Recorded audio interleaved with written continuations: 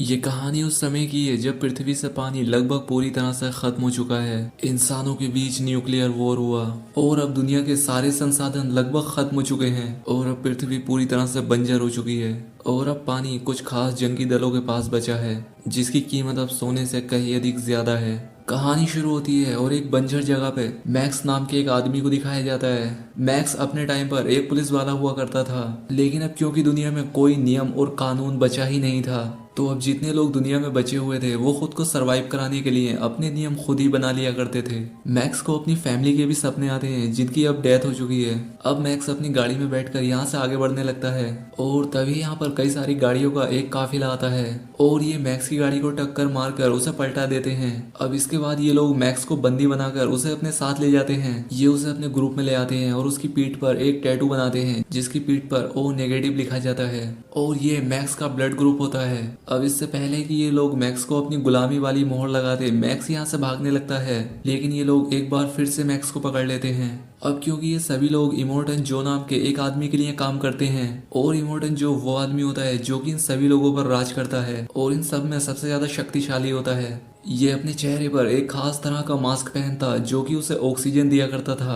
और इसी की वजह से वो सांस ले पाता था, क्योंकि उसे एक ऐसी बीमारी होती है जिसके चलते उसे जिंदा रहने के लिए इस ऑक्सीजन मास्क को पहनना ही होगा। ये एक ऊंची पहाड़ी पर रहता था। इसके बाद ये पहाड़ी से नीचे झांकता है जहाँ पर बहुत सारे आदमी होते हैं और ये सभी लोग दिखने में काफी ज्यादा कमजोर थे। इमोर्टन जो इन सभी से कहता है कि मैं तुम्हारा मालिक हूँ और मेरी ही वजह से तुम सभी ऊपर उठोगे और मैं तुम्हें मुक्ति दूंगा।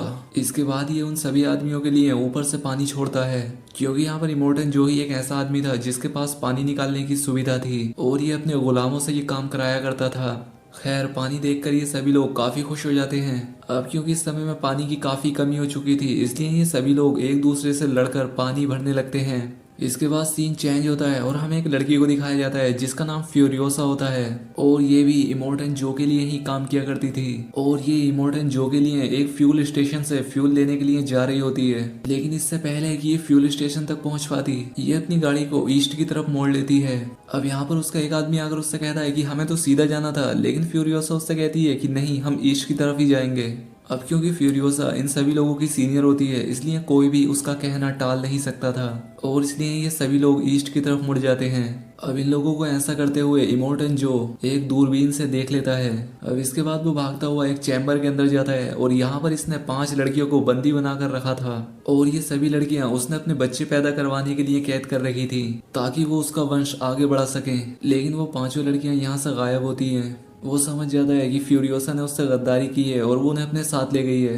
अब वो अपने लोगों से उनका पीछा करने के लिए कहता है। अब इमोर्टन के आदमी ये बात सुनकर काफी खुश हो जाते हैं क्योंकि वो उसे अपना भगवान मानते थे और वो इसके लिए अपनी जान भी देने के लिए तैयार हैं। अब ये जो इमोर्टन की आर्मी होती है इसका नाम वॉर बॉयज होता है और न्यूक्लियर रेडिएशन के चलते इन्हें एक बीमारी होती है जिससे कि इन सभी लोगों को खून की जरूरत होती है और इसीलिए इन लोगों ने मैक्स को बंदी बना रखा था। अब यहाँ पर हमें नुक्स नाम के एक वॉर वॉइस को दिखाया जाता है जो कि फ्यूरियोसा को पकड़ने के लिए काफी उतावला होता है। वो अपनी गाड़ी के आगे मैक्स को बांध देता है और मैक्स की बॉडी से पाइप के जरिए खून निकल रहा होता है जो कि उस वॉर सोल्जर की बॉडी में जा रहा था ताकि इससे उसे ताकत मिलती रहे और जरूरत पड़ने पर वो इमोर्टन जो के लिए अपनी जान भी दे दे। यहाँ पर इनके लिए शहीद होना बहुत ही गर्व की बात थी। दूसरी तरफ हमें फ्यूरियोसा को दिखाया जाता है जो कि दूसरे लोगों के इलाके में पहुंच चुकी थी और उस इलाके के लोग गाड़ी लेकर उसका पीछा करना शुरू कर देते हैं। अब यहाँ पर फ्यूरियोसा के जितने भी साथी थे एक एक करके सभी मारे जाते हैं। अब इमोर्टन जो के वो आदमी जो कि फ्यूरियोसा को पकड़ना चाहते थे वो यहाँ पर पहुंच जाते हैं। अब जो दूसरे इलाके के लोग थे वो उनसे लड़ने लगते हैं और एक एक करके उन सभी को मार भी देते हैं। लेकिन इससे पहले कि ये फ्यूरियोसा को पकड़ पाते, सामने से एक बहुत ही बड़ा रेत का तूफान आ जाता है। फ्यूरियोसा अपना ट्रक लेकर उस तूफान के अंदर चली जाती है, लेकिन वो वॉर सोल्जर जिसके आगे मैक्स बंधा होता है वो भी फ्यूरियोसा का पीछा करते करते उस तूफान के अंदर चला जाता है। जब वो फ्यूरियोसा की गाड़ी के पास होता है तब वो अपने गाड़ी के अंदर पेट्रोल डालने लगता है ताकि वो खुद की गाड़ी को आग लगाकर फ्यूरियोसा को रोक सके। लेकिन इससे पहले कि वो ब्लास्ट कर पाता, मैक्स उसका हाथ पकड़ लेता है और इसके बाद उसकी गाड़ी फ्यूरियोसा के ट्रक से टकरा जाती है और यहाँ पर वॉर सोल्जर की गाड़ी पलट जाती है। इसके बाद हमें सुबह का सीन दिखाया जाता है जहाँ पर तूफान अब पूरी तरह से रुक चुका था। यहाँ पर मैक्स तो जिंदा होता है लेकिन वो वॉर सोल्जर मारा गया था। वो यहाँ पर मैक्स के साथ जंजीर से बंधा होता है, इसलिए मैक्स उसे अपने कंधे पर उठाकर फ्यूरियोसा की गाड़ी की तरफ बढ़ने लगता है। दूसरी तरफ फ्रियोसा अपने साथ जिन 5 लड़कियों को लेकर भागी थी वो सभी लड़कियां यहाँ पर उसके साथ होती हैं। अब यहाँ पर आकर मैक्स उन पर अपनी गन पॉइंट कर देता है और उनसे अपनी जंजीर काटने के लिए कहता है। और जब एक लड़की जंजीर काट रही होती है तब फ्रियोसा मैक्स के ऊपर अटैक कर देती है।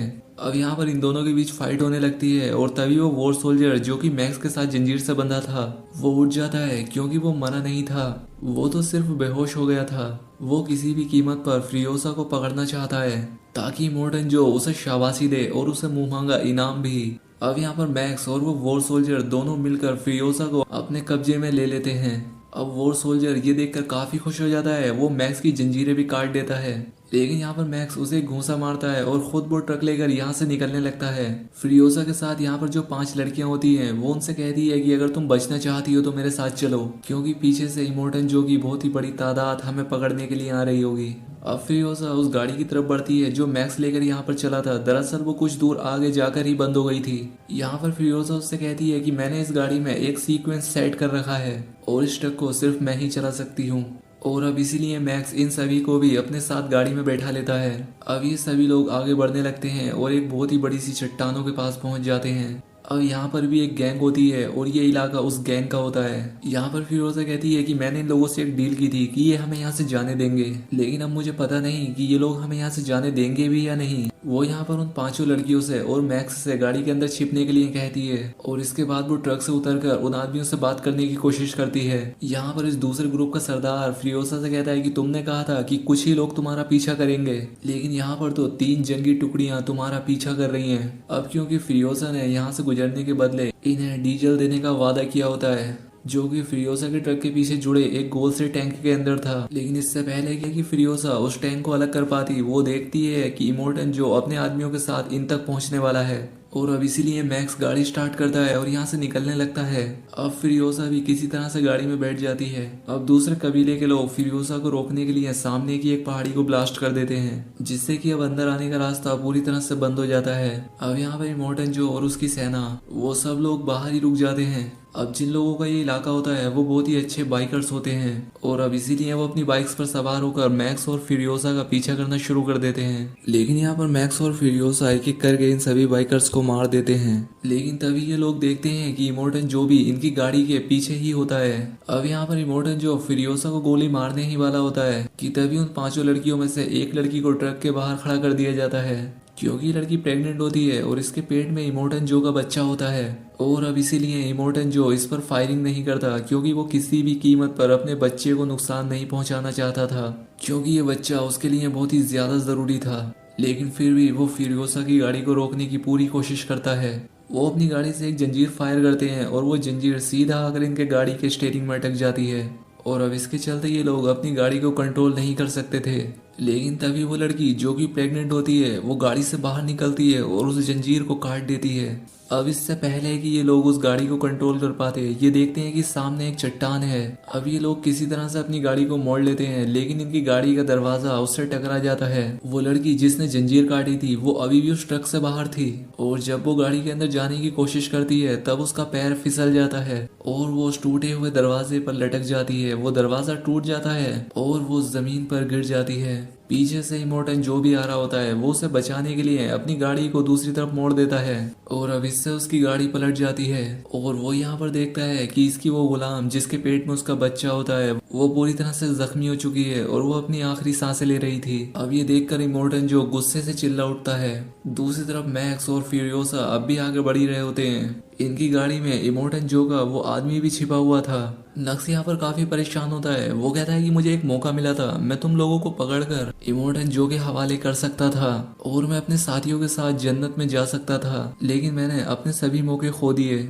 अब गाड़ी में जो बाकी की 4 लड़कियां होती हैं उन्हीं में से एक लड़की से समझाती है। वो उससे कहती है कि शायद तुम्हारी किस्मत में कुछ और ही लिखा है। वो प्यार से उसके मुंह पर हाथ फेरती है और अब नक्स को भी अच्छा लगता है। अब इन लोगों को चलते चलते पूरा दिन हो चुका था और अब रात हो चुकी थी। यहाँ पर मैक्स और फ्रियोसा देखते हैं कि अभी भी इमोर्टन जो की गाड़ियों का एक बहुत ही बड़ा काफिला इनका पीछा कर रहा था और इसीलिए मैक्स जमीन पर डायनामाइट बिछाकर अपनी गाड़ी लेकर वहां से आगे बढ़ जाता है और जब इमोर्टन जो के आदमियों की गाड़ियां उस डायनामाइट के ऊपर आती हैं तब वो ब्लास्ट हो जाती हैं और इस वजह से इनकी बाकी की गाड़ियां यहाँ पर रुक जाती हैं। लेकिन फिर भी यहाँ पर एक गाड़ी बचकर आगे निकल जाती है और वो अभी भी मैक्स और फ्रियोसा की गाड़ी का पीछा कर रही थी और इससे पहले कि मैक्स और फ्रियोसा यहाँ से आगे निकल पाते कि उनकी गाड़ी का टायर एक दलदल के अंदर धंस जाता है और अब इस वजह से ये लोग आगे नहीं बढ़ पा रहे थे। अब यहाँ पर नक्स भी इनकी हेल्प करना चाहता था। वो कहता है कि वो देखो सामने एक सूखा हुआ पेड़ है, हमें गाड़ी की केबल को उस पेड़ पर बांधना चाहिए और इससे हम अपनी गाड़ी को दलदल से निकाल सकते हैं। और इसके बाद मैक्स वैसा ही करता है, उस केबल को उस सूखे हुए पेड़ से बांध देता है। तभी वो गाड़ी जो इनका पीछा कर रही होती है वो इनके करीब आ जाती है। वो यहाँ आकर लगातार इन पर गोलियां चलाने लगती है, लेकिन इससे पहले कि वो इन्हें मार पाते कि इन लोगों की गाड़ी दलदल से निकल जाती है। अब इसके बाद ये लोग अपनी गाड़ी लेकर यहाँ से आगे निकल जाते हैं। अब यहाँ पर मैक्स एक ऑयल का डिब्बा लेकर उस गाड़ी की तरफ बढ़ने लगता है जो कि इनका पीछा कर रही थी, क्योंकि इनके पास हथियार नहीं थे। और कुछ टाइम के बाद ही फ्रियोसा देखती है कि एक ब्लास्ट हुआ है। उसे लगता है कि शायद मैक्स मारा गया होगा, लेकिन मैक्स जिंदा होता है। मैक्स ने उस गाड़ी को ब्लास्ट कर दिया होता है और साथ ही वो उन सभी लोगों के हथियार भी ले आता है। और एक बार फिर से ये लोग अपना सफर तय करने लगते हैं। पूरी रात गाड़ी चलाने के बाद सुबह जब ये रेगिस्तान से अपने आगे का सफर तय कर रहे होते हैं, तब यहाँ पर फ्रियोसा को एक टावर दिखता है। यहाँ पर फ्रियोसा बताती है कि बचपन में मैं जिस जगह पर रहा करती थी वहां पर भी एक ऐसा ही टावर हुआ करता था। इसके बाद ये लोग उस टावर तक पहुंच जाते हैं। यहाँ पहुंचकर फ्रियोसा अपना नाम बताती है। वो यहाँ पर अपने कबीले का नाम बताती है और साथ ही अपनी माँ का नाम भी बताती है। और इसके बाद इसके पास बहुत सारे बाइकर्स पहुंच जाते हैं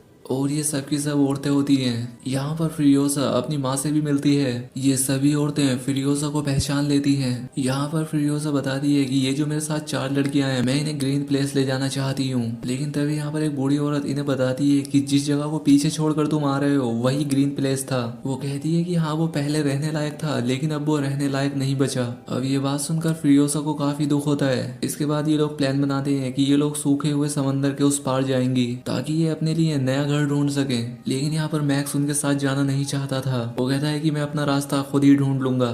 यहाँ पर जब सभी लोग चले जाते हैं तभी मैक्स को एक छोटी लड़की का विजन आता है। वो यहाँ पर मैक्स से कहती है कि तुमने मुझसे वादा किया था कि तुम मुझे बचाओगे, लेकिन तुम मुझे बचा नहीं पाए, क्योंकि मैक्स अपने पास्ट में इस लड़की की जान बचा नहीं पाया था। इसके बाद मैक्स अपनी बाइक से फ्रियोसा के पास पहुंच जाता है। यहाँ पर मैक्स कहता है कि जिस तरफ तुम जा रही हो वहां पर नमक के अलावा और कुछ भी नहीं है और हमें वापस इमोर्टन जो के किले पर ही जाना चाहिए, क्योंकि उस जगह पर पानी और हरियाली दोनों ही है और अगर एक बार हमने उसकी जगह को अपने कब्जे में ले लिया तब सब कुछ ठीक हो जाएगा। अब यहाँ पर मैक्स की बात से सभी लोग सहमत हो जाते हैं और इसके बाद एक बार फिर से ये सभी लोग उसी तेल के टैंकर में बैठकर इमोर्टन जो के किले की तरफ जाना शुरू कर देते हैं। रास्ते में इमोर्टन जो और उसके बाकी के आदमी इनकी गाड़ी को देख लेते हैं। यहाँ पर इमोर्टन जो समझ जाता है कि ये सब किले की तरफ ही जा रहे हैं और क्योंकि किले पर सैनिक नहीं है इसलिए ये सभी लोग किले पर कब्जा करना चाहते हैं। अब इमोर्टन जो भी अपने आदमियों के साथ इनका पीछा करना शुरू कर देता है। अब यहाँ पर मैक्स और फ्रियोसा मिलकर इमोर्टल जो के कई सारे आदमियों को मार देते हैं, पर इमोर्टन जो उन 4 लड़कियों में से एक लड़की को पकड़ लेता है। अब फ्रियोसा किसी तरह से इमोर्टन जो की गाड़ी तक पहुंच जाती है और वो उसके मास्क को ही खींचकर निकाल देती है और इससे इमोर्टन जो मारा जाता है। लेकिन अभी भी उसके बहुत सारे वॉर बॉयज होते हैं जो कि इन सबको मारना चाहते थे। अब क्योंकि नक्स जिस ट्रक को चला रहा होता है वो खुद ही एक तेल का टैंकर होता है, वो अपनी गाड़ी को बाकी लोगों की गाड़ियों से टकरा देता है और इससे एक बहुत ही बड़ा ब्लास्ट होता है जिससे कि ये सब के सब लोग मारे जाते हैं। अब दूसरी तरफ फ्रियोसा काफी कमजोर हो जाती है और मैक्स समझ जाता है कि इसे ब्लड की जरूरत है और अब इसीलिए वो उसकी बॉडी में अपना ब्लड ट्रांसफर करता है और अब इसीलिए मैक्स उसे अपना ब्लड देने लगता है और अब इससे फ्रियोसा ठीक हो जाती है। अब इसके बाद ये लोग इमोर्टन जो के किले तक पहुंच जाते हैं। वहां पर बहुत सारे सैनिक भी होते हैं,